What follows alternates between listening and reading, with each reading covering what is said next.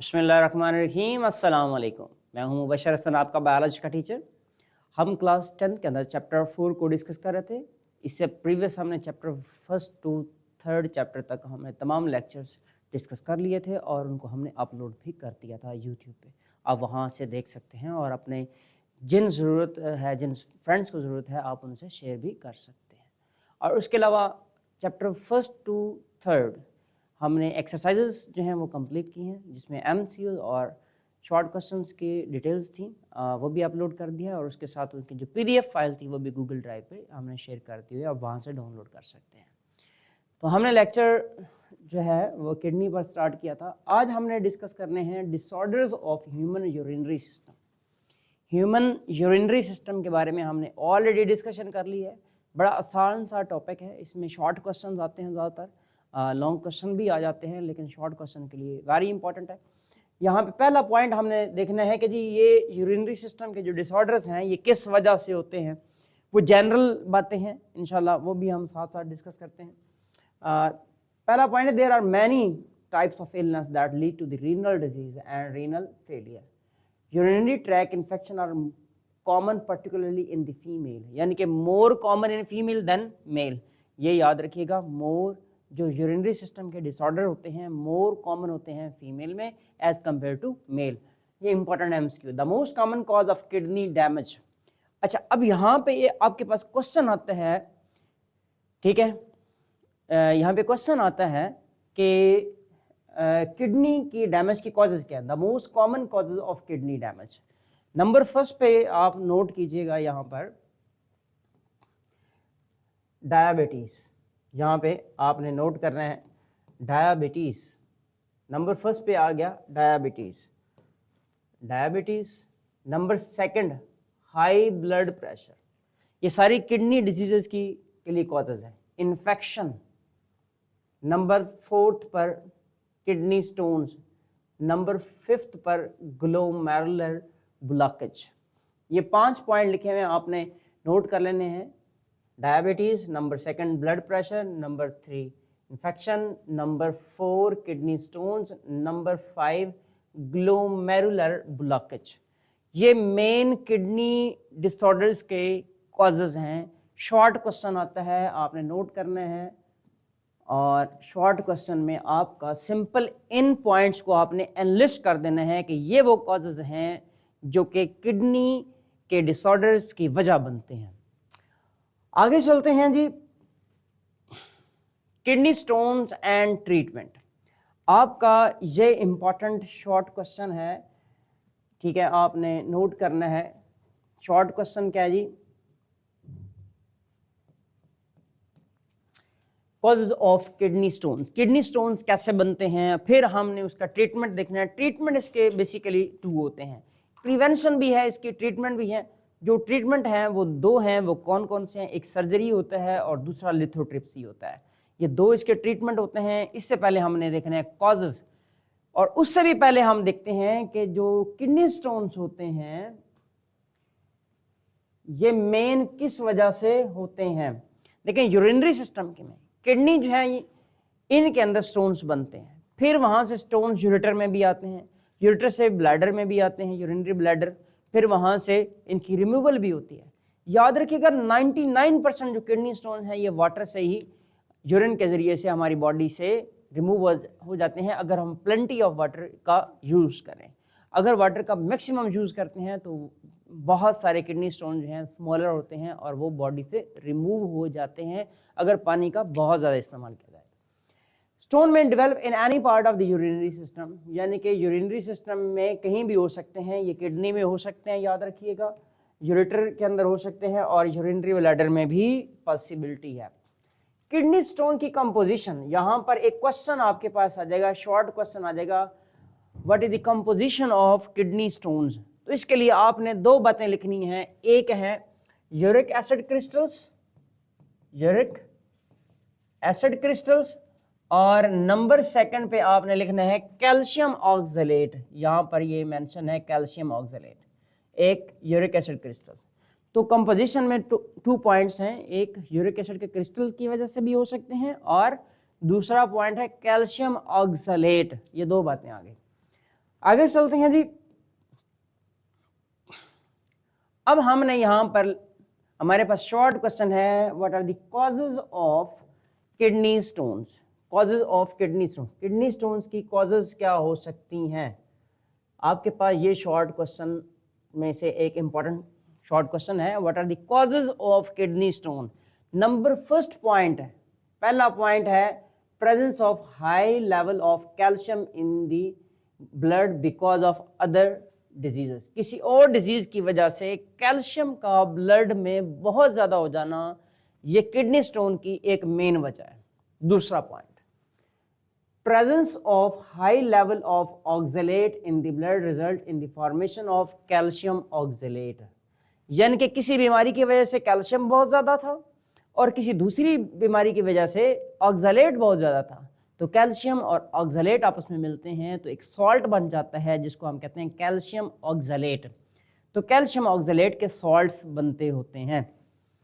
तीसरा point, decrease in water intake, यानी कि जो शख्स पानी बहुत कम पीता है उसके अंदर किडनी स्टोन बनने के चांसेस ज़्यादा हो जाते हैं। Number fourth, age and family history.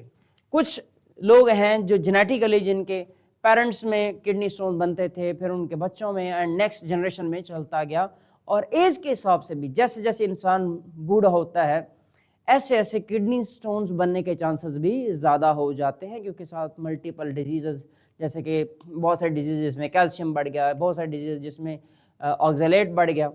तो फिर हम उसके अलावा डाइट भी बड़ी इंपॉर्टेंट होती है। याद रखिएगा, ग्रीन वेजिटेबल्स जो यूज़ करते हैं बहुत ज़्यादा, उनमें भी किडनी स्टोन्स बहुत बन सकते हैं। जो सॉल्टी वाटर इस्तेमाल करते हैं उनमें भी किडनी स्टोन बन सकते हैं। इसके अलावा टोमेटोज़ का खाना, टोमेटोज़ की ईटिंग जो है, टोमेटो का यूज़ जो है किचन के अंदर, आप उसे हांडी में यूज़ कर रहे हैं या सैलड बना रहे हैं या बहुत ज़्यादा एक्स्ट्रा यूज़ कर रहे हैं, उससे भी आपके किडनी स्टोन बन सकते हैं बहुत ज़्यादा।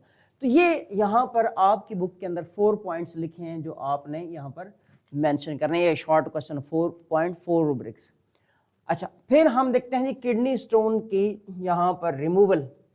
हमने कहा 90% जो किडनी स्टोन है ये पानी को पीने से, यानी कि आप बहुत ज़्यादा पानी का इनटेक कर रहे हैं तो ये रिमूव हो जाया करते हैं। अच्छा, इसके बाद इसकी डिजीज़ेस आती हैं। तो डिजीज़ेस में हम देख लेते हैं यहाँ पर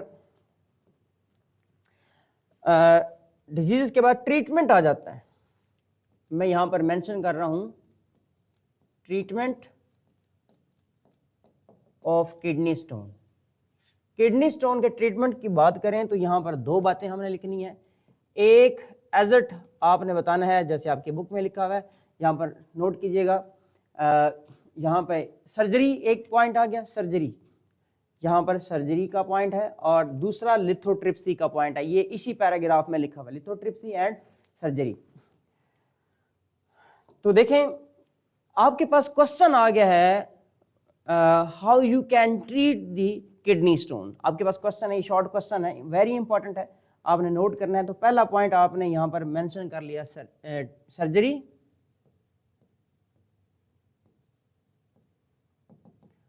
अच्छा, दूसरा जो पॉइंट है वो क्या है, वो है लिथोट्रिप्सी। लिथोट्रिप्सी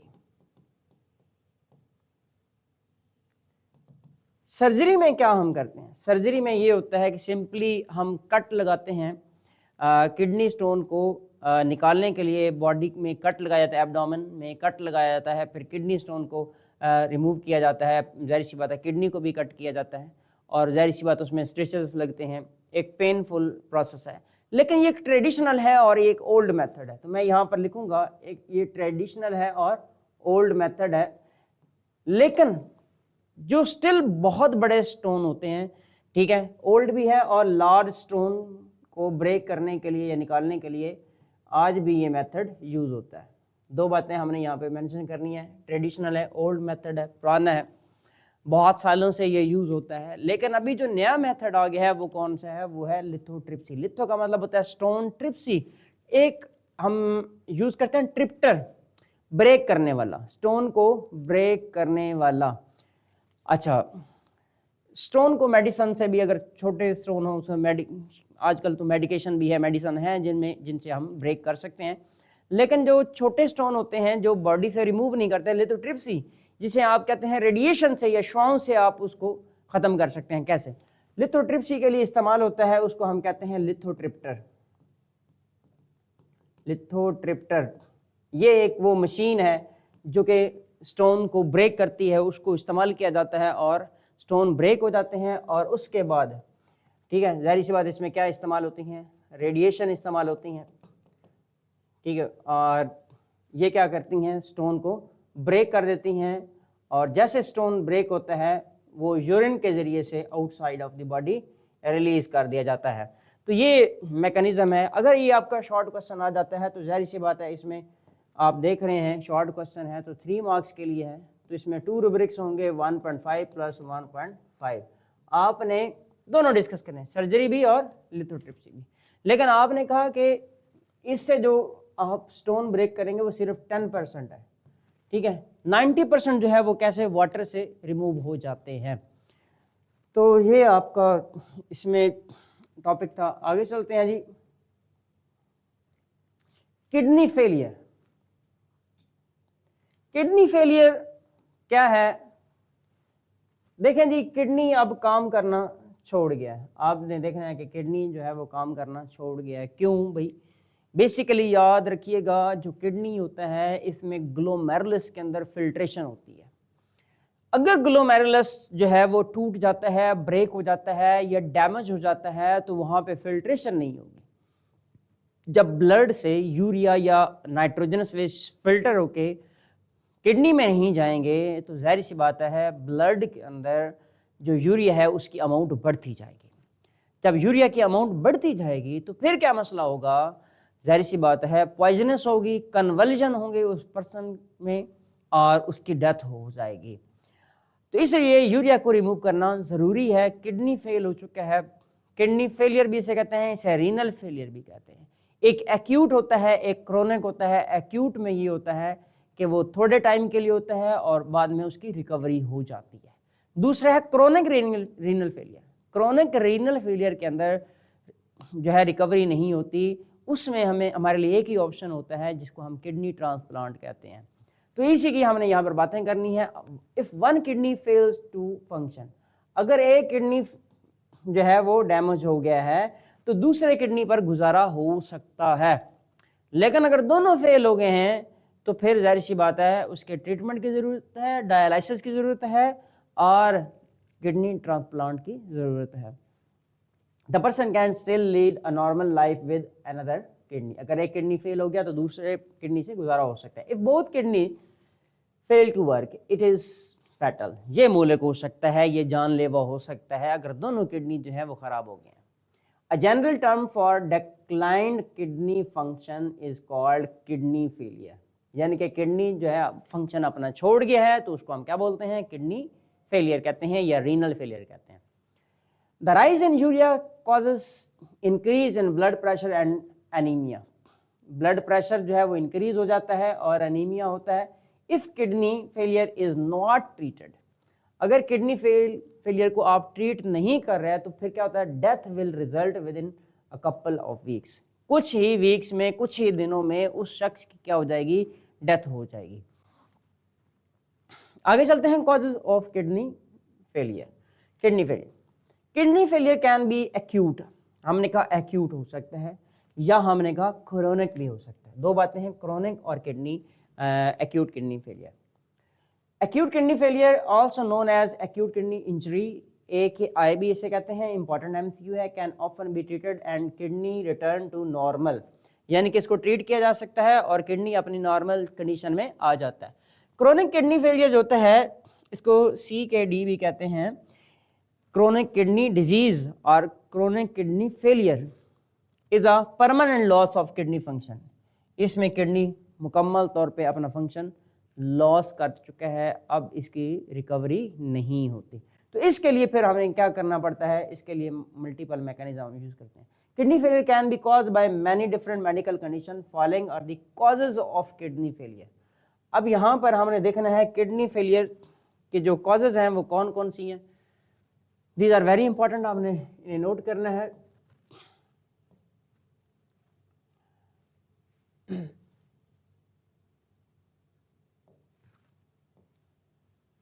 अच्छा, नंबर फर्स्ट पे देखिएगा, यहां पर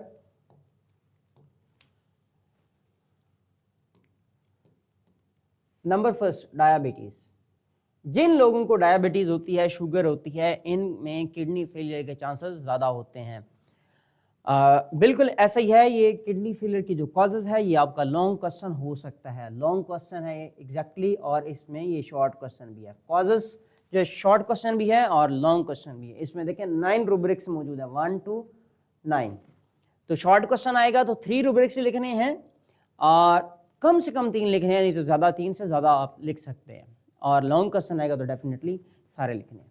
diabetes, the most common cause of kidney failure is diabetes.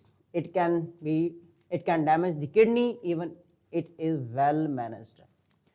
High blood pressure, it is the second most common cause of kidney failure. यानी कि ब्लड प्रेशर ज़्यादा हो जाएगा तो वो भी किडनी को डैमेज कर सकता है। हाई ब्लड प्रेशर क्या करेगा? ग्लोमेरुलस को डैमेज करेगा। ग्लोमेरुलस डैमेज तो समझे kidney damage. Auto immune disease, auto immune disease क्या होता है? जब हमारी अपनी एंटीबॉडीज, एंटीबॉडीज क्या होती है? वो प्रोटीन होती हैं जो फॉरेन पार्टिकल को यानी कि जर्म्स को किल करती हैं। अगर वो आके हमारे अपने किडनी के जो ग्लोमेरुलस है या नेफ्रॉन को डैमेज करने लग जाएं तो उसे हम क्या कह रहे हैं? ऑटो इम्यून का एक मैकेनिज्म कहते हैं। यानी कि अपनी एंटीबॉडीज हमारे किसी भी अपने सेल को या किसी भी पार्ट को डैमेज करने लग जाएं तो उसे कहते हैं ऑटो इम्यून कहते हैं। ये एक फॉल्टी फंक्शन होता है। बेसिकली हमारी अपनी एंटीबॉडीज फॉल्टी फंक्शन परफॉर्म कर रही हैं। Such as lupus disease can damage the kidney. Next, genetic disease. कुछ लोगों में जेनेटिकली डिजीजेस भी होती हैं, such as polycystic kidney disease. Genetic disease cause polycystic kidney disease, genetic disease है, ये किडनी फेल कर सकती है। नेक्स्ट है यूरिनरी ट्रैक इन्फेक्शन और problem, such as kidney stone. Kidney stone जो होता है ये भी डैमेज कर सकता है अगर इसको ट्रीट ना किया जाए। Urinary track problem can block the flow of urine and damage the kidney. अगर याद रखिएगा यूरेटर ब्लॉक हो गया है या यूरिथ्रा ब्लॉक हो गया है या यूरिनरी ब्लैडर से ऑनवर्ड यूरिन मूव नहीं कर रहा तो उससे भी किडनी फेल हो सकते हैं। अच्छा, उसके बाद 6 medication. Some drugs such as lithium etcetera can cause kidney failure. उसके बाद डिहाइड्रेशन, पानी ना पीना। लोग क्या करते हैं? सारा दिन पानी नहीं पीते, ठीक है, वो पानी ना पीना भी किस की वजह बन सकता है? किडनी फेलियर की वजह बन सकता है। अच्छा, उसके बाद kidney trauma. An injury to kidney from an outside force such as fall, accident और high contact sport can cause damage. यानी कि इंजरी ट्रॉमा भी कर सकते हैं, किडनी डैमेज भी हो जाए तब भी उससे भी हो सकता है। Processed food, 2022 study found that eating a lot of processed food can increase the risk of kidney disease. Processed food जो हम लेते हैं, ये मार्केट से जो हमें डिब्बों के अंदर फूड मिलती है, ये प्रोसेस्ड फूड होती है जिसमें मिल्क भी हो सकता है। ये जैसे हम ऑल पर्स, मिल्क पैक वगैरह इस्तेमाल करते हैं, इनको कोशिश करें इनका भी इस्तेमाल ना किया, फ्रेश मिल्क का इस्तेमाल किया जाए और प्रोसेस्ड वेजिटेबल और प्रोसेस्ड मीट भी इस्तेमाल ना किया जाए। इसी तरह आपको बहुत सारी फूड मिलती है जो कि ऑलरेडी प्रोसेस्ड होती है, फिर आपने उनको फ्राई करना हो तो कोशिश करें उसको भी जो है वो ना यूज़ करें। तो इसके साथ जो है वो हमारा आज का लेक्चर कंप्लीट होता है। इससे नेक्स्ट हमने स्टार्ट करना है डायलिसिस इंशाल्लाह। उसके तब तक के लिए हमें इजाज़त दें। अल्लाह हाफिज़।